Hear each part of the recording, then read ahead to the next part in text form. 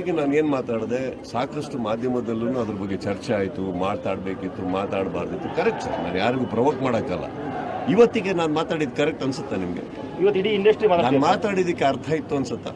ನಾನು ಹೇಳಿದೆ ಒಂದು ಇದೇ ಸ್ಟಾರ್ಟ್ ಆಗ್ತಾ ಇದೆ, ಒಂದು ಎದ್ದು ಹೇಳ್ತಾ ಇದೆ ಯುದ್ಧ ಅಂತಂದೆ. ಏನು ತಪ್ಪು ಹೇಳಿದೆ?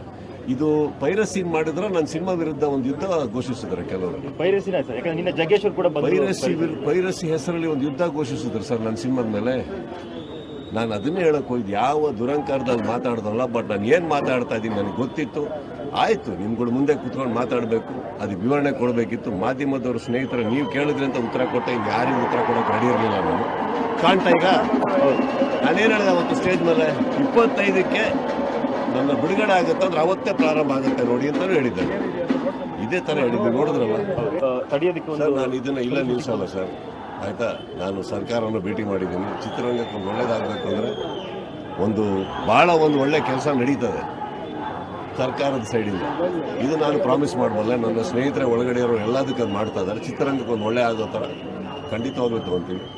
10 ಡಿಲೀಟ್ ಮಾಡಿದ್ರೆ 20 ಹಾಕ್ತಾರೆ, 10 ಡಿಲೀಟ್ ಇನ್ನು 20 ಡಿಲೀಟ್ ಮಾಡೋದು 40 ಹಾಕ್ತಾರೆ. ಅಂದರೆ ಒಂದು ಬ್ಯಾಚ್ನ ಕೂರಿಸಿರ್ತಾರೆ ಗೊತ್ತಾ. ನಿನ್ನ ಕೆಲಸ ಏನು, ಲಿಂಕ್ ಹಾಕ್ತಾ ಇರಬೇಕು, ಅದೇ ತಾನೇ ಅವ್ರ ಕೆಲಸ.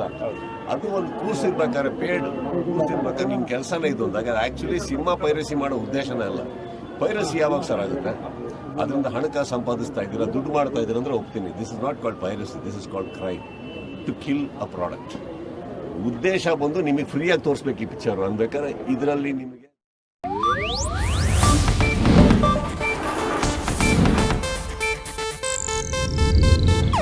ಇದು ಏಷ್ಯಾನೆಟ್ ನ್ಯೂಸ್ ನೆಟ್ವರ್ಕ್ ಪ್ರಸ್ತುತಿ.